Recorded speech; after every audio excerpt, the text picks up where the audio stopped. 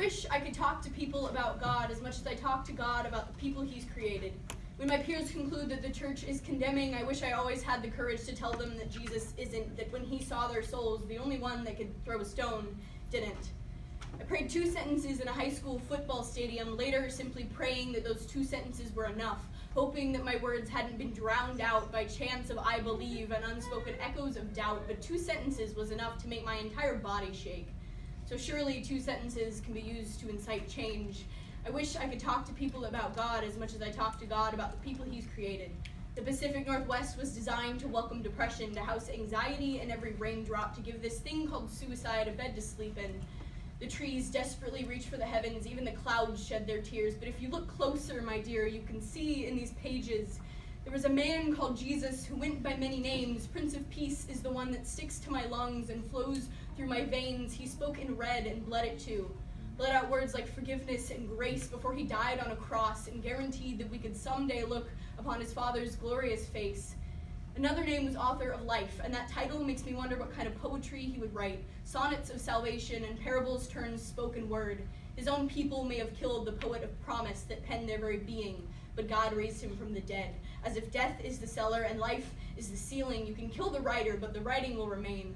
On the wall or in the sand, just ask Paul while he was in chains. You can imprison the preacher, but the word of God will never fade. Friend, I wish I could talk to people about God as much as I talk to God about the people he's created.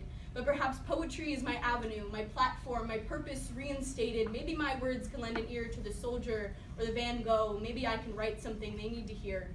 I wish I could talk to people about God as much as I talk to God about the people he's created. But instead of shaking in terror over which words to choose, I'll rejoice with trembling and reverent fear, and the Prince of Peace will join the other 2. And they will become one within my lungs, Father, Spirit, and Son. It's that breath that changes hearts without words, humbles minds, and rearranges souls like cluttered closets so that there's room for all 3 to call it home. I wish I could talk to people about God as much as I talk to God about the people he's created. Maybe my concern is in becoming some kind of whitewashed tomb, but I know he's washed my sin away so the perfection of his design could shine through. Those rotting bones were made new, commanded to life from the ashes, something I know this world can't do. So friend, listen to me when I say, you don't have to use that white paint to cover up your stained soul. I talk to a God that washes those stains away and makes the broken whole. I wish I could talk to you about God as much as I talk to God about you. The poem he's orchestrated.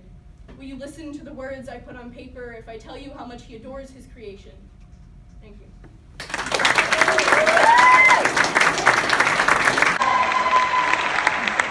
The Merit Award recipient in the category of spoken word is Carly Pitch from North Lake Church.